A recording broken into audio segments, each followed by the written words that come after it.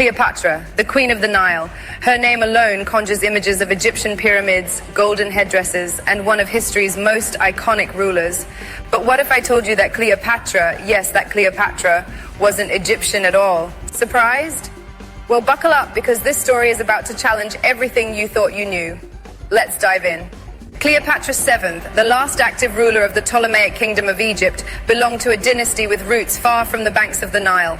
Her family hailed from Macedonia in northern Greece, and they came to Egypt not as natives, but as conquerors. You see, after Alexander the Great swept through much of the known world in 332 BCE, one of his generals, Ptolemy, was left to govern Egypt. And govern he did, establishing a Greek dynasty that would rule Egypt for nearly 300 years. Now, here's where things get complicated. The Ptolemies had a particular fondness for keeping things in the family, literally.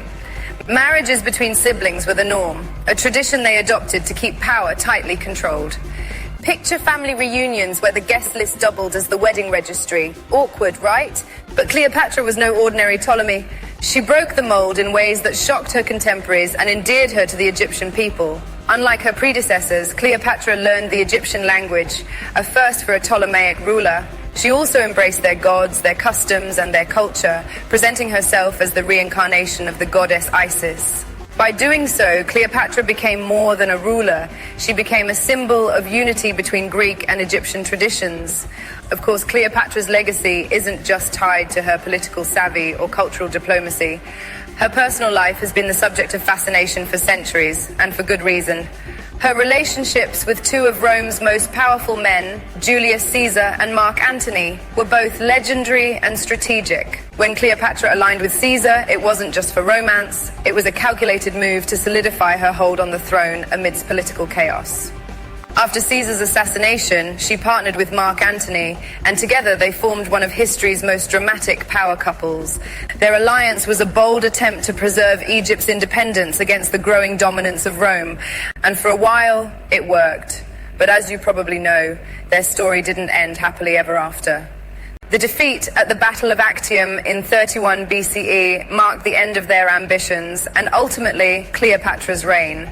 Faced with the prospect of being paraded as a trophy in Rome, Cleopatra chose death over humiliation. According to legend, she allowed a venomous asp to bite her, a dramatic end for one of history's most remarkable figures. But let's not let her death overshadow her life. Cleopatra wasn't just a queen, she was a master strategist, a shrewd diplomat, and a trailblazer in a world dominated by men. Despite her Greek ancestry, Cleopatra's heart and soul were tied to Egypt, and her efforts to preserve its independence have left a legacy that continues to captivate us today. So what do you think?